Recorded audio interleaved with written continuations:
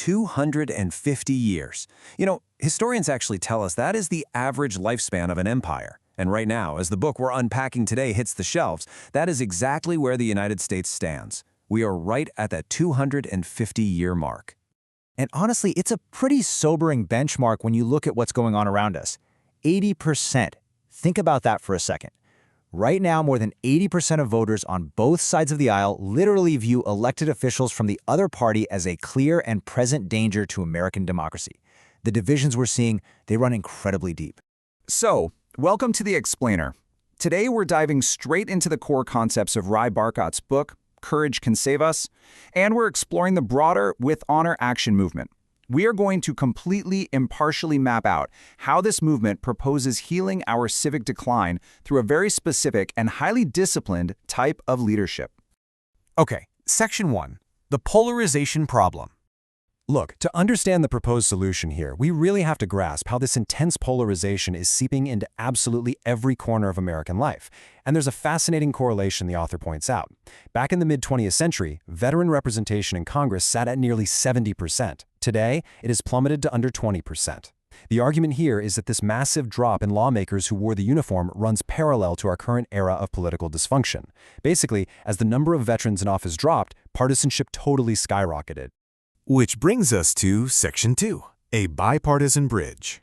So in response to all this, there's a concerted counter-movement happening right now. It's an effort to elect post-9/11 veterans who are absolutely dedicated to cross-partisan cooperation. And this isn't just some vague, feel-good idea, right? Endorsed candidates actually have to take what's called the With Honor Pledge. This means they formally commit to serving with integrity, meeting across the aisle at least once a month, and co-sponsoring bipartisan legislation every single year. They are literally institutionalizing collaboration across party lines. And there's this deeply foundational philosophy driving the whole thing.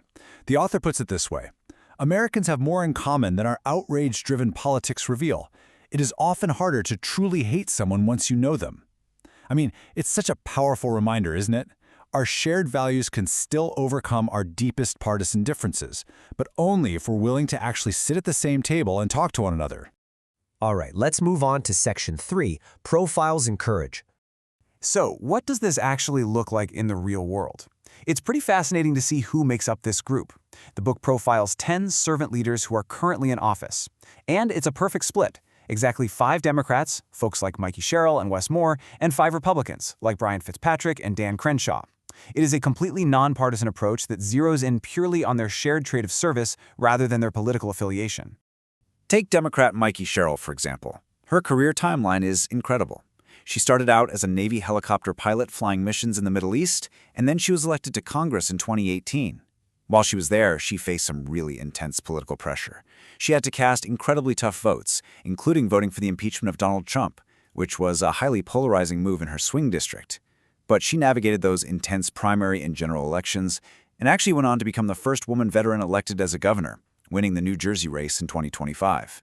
When, on the Republican side, you have Brian Fitzpatrick. He's a former FBI agent who served alongside the military in Iraq, and what really defines his profile in the book is his consistent, everyday courage. He routinely defies immense pressure from his own party's leadership to do what he genuinely believes is right for his constituents and for the country. And we see this courage play out in his specific actions. He held his ground and voted against a massive party line mega bill, totally bucking his own leadership. During a time of intense conflict, he literally traveled straight to the Russian border to meet one-on-one with Ukrainian President Zelensky. Back at home, he even crossed the aisle to file a rare discharge petition just to force a vote on a bipartisan bill to prevent Affordable Care Act premium spikes. And here is the really interesting part. The public is actually responding to this type of leadership. Recent Gallup polling highlights a pretty fascinating trend. Americans strongly prefer candidates with military experience. In fact, a solid majority of U.S. adults say they are more likely to vote for a candidate with military service over someone who just has business or government experience. People are actively seeking out this specific profile of a servant leader. Let's dive into Section 4, the legislative impact.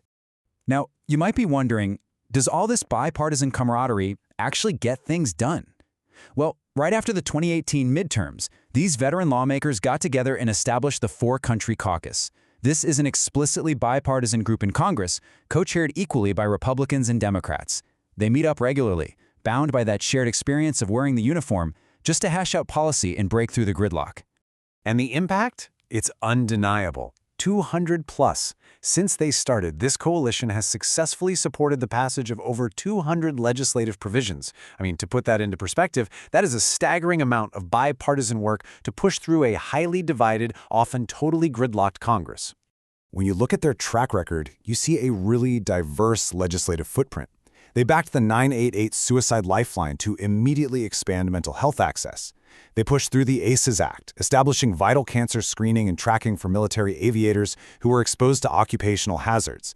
And they initiated the Ships for America Act to revitalize our maritime industry and strengthen our supply chains. This is tangible, life-saving legislation that actually impacts everyday Americans.